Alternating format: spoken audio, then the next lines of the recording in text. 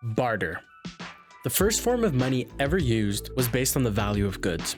In other words, valuable goods was the money. The barter system is an ancient method of exchange where goods and services are traded for other goods and services without the use of money. In ancient times, people traded goods like livestock, grains, spices, honey, herbs, medicinal plants, precious stones, labor, and regrettably, even slaves, just to name a few. Salt was another highly valued commodity, used not only for preserving food, but also as a form of money. Did you know that Roman soldiers were often paid in salt? This is where the word salary originates. Cattle. The barter system was the earliest form of money, like I just mentioned, and livestock such as cows, sheep, camels, goats, and horses were among the most valuable resources. Animals provided numerous benefits, like meat, milk, leather, farming, and transportation. They also served as a status symbol and measure of prosperity in the ancient days, making them invaluable for trade. Cowrie shells. Rigid and small, glossy, and often brightly patterned shells of marine mollusks were used in several regions of the world as money, like Africa, Asia, and the Indian Ocean regions. The shells were highly valued for their abundance, durability, standardized size, ease of transport, and aesthetic appeal, ultimately becoming the most enduring form of money in all of history. Archaeological sites worldwide have uncovered multitudes of remnants of cowrie shells used as money, providing evidence of their use in the ancient trade systems. Did you know that cowries were still in use as money in parts of Africa as recently as the mid-20th century? Metal and coins. This form of currency began taking the stage as the standard medium of exchange once the barter system became outdated. Early coins, which were usually made from metals like gold, silver, and bronze, had natural value due to their rarity and utility. The introduction of metal money, likely beginning in China, provided a consistent and widely accepted currency, simplifying trade and allowing for the accumulation and transfer of wealth. In China, bronze and copper cowrie imitations evolved into coins, often cast into the shapes of tools like knives and spades before eventually becoming the round form we recognize today. Modern coinage. The advent of coins revolutionized economic systems across many ancient civilizations. The Kingdom of Lydia, for example, pioneered standardized coins, inspiring the Greeks to mint their own, such as Athenian owls. The Persian Empire introduced gold darics and silver siglos, while India saw the emergence of punch-marked silver coins. In China, spade and knife money evolved into round coins with square holes, known as cash. These standardized coins simplified trade and became the foundation for more complex economies across the entire globe. Leather. During the Han Dynasty in China, Emperor Wu began the production of leather money. This unique form was crafted from white deerskin, meticulously cut into 1-foot square pieces and stamped with official seals to portray authenticity and value. Leather money was particularly valuable, often reserved for large transactions and state affairs, due to the rarity and effort involved in its production. While it wasn't widely circulated as metal coins was, leather money exemplified the innovative monetary practices of ancient China, before eventually being replaced by more standardized forms like paper money. The nose. Here's an odd one. To pay through the nose is a term that came from Danes in Ireland, who would slit the noses of those who didn't pay the Danish poll tax. Ouch! While this isn't a form of money itself, it is a historical reference to an ancient method of enforcing tax payments during that time. Paper. During the Tang Dynasty, around the year 806, the concept of paper money emerges. Initially developed as promissory notes by merchants in the Sichuan province to ease the burden of carrying heavy metal coins, this early form of money, known as jiaozi, quickly gained popularity. By the early 11th century, the Song Dynasty government began issuing official standardized paper money, printed on mulberry bark paper with complex designs and anti-counterfeiting measures.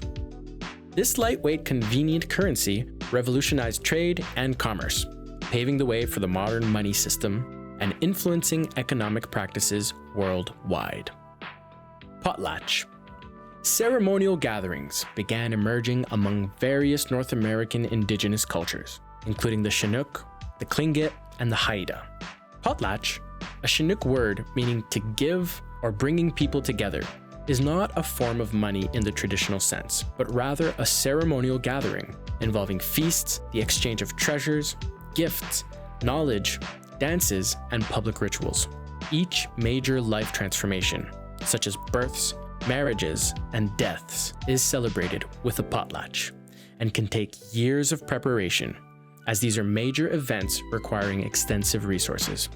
These gatherings are hosted by a chief and his family, and at the end of the potlatch, the host gives gifts to all the attendees to thank them for witnessing the ceremonies.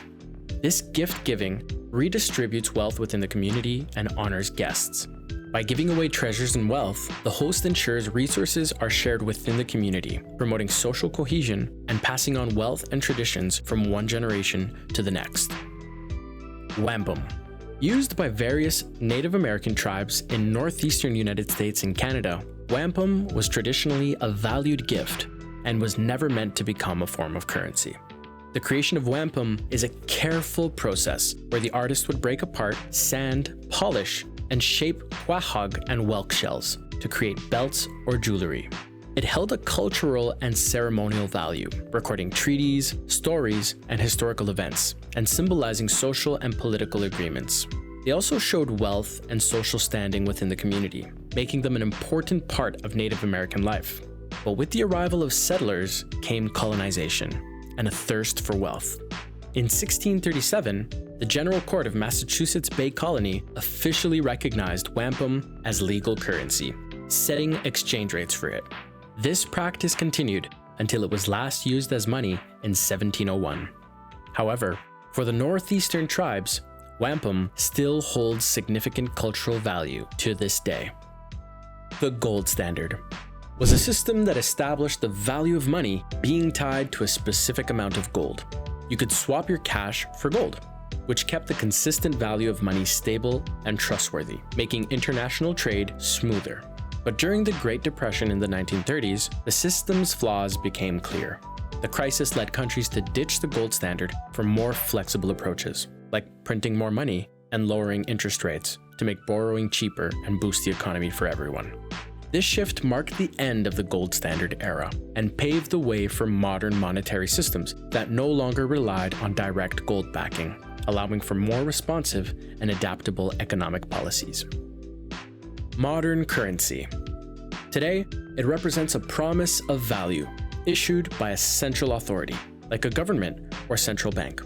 In our digital age, transactions often occur electronically, without any physical money needed.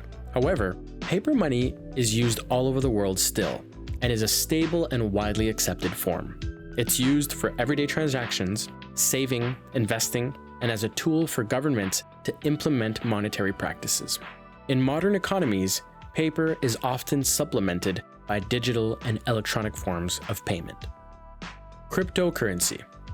First introduced with Bitcoin in 2009 by an unknown person or group known as Satoshi Nakamoto, is a digital or virtual currency that uses cryptography for security. Unlike traditional money, cryptocurrencies are decentralized and operate on blockchain technology, which ensures transparency of receipts and prevents double spending.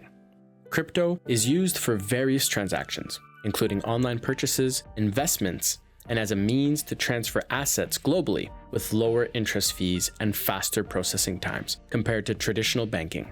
As technology evolves, cryptocurrencies are exponentially becoming more integrated into everyday financial systems and have started becoming more accessible to the general public. Many online retailers and some physical stores even accept cryptocurrency like Bitcoin and Ethereum as payment for goods and services, including electronics, clothing, food, and travel bookings. Electronic and digital. Digital cash, cryptocurrencies, and other forms of electronic money are likely to be the currency of the future. Technologies like blockchain are poised to transform how we think about and use money. While the future of money offers many advantages in terms of convenience, security, and innovation, it also presents challenges related to privacy, security, and accessibility. And that's it, folks. A quick tour through the history of money, from cattle and cowrie shells to digital and cryptocurrencies. Money has taken many forms. Who knows what the future really holds? If you found this interesting, don't forget to like, comment, and subscribe for more fascinating insights. Thanks for watching.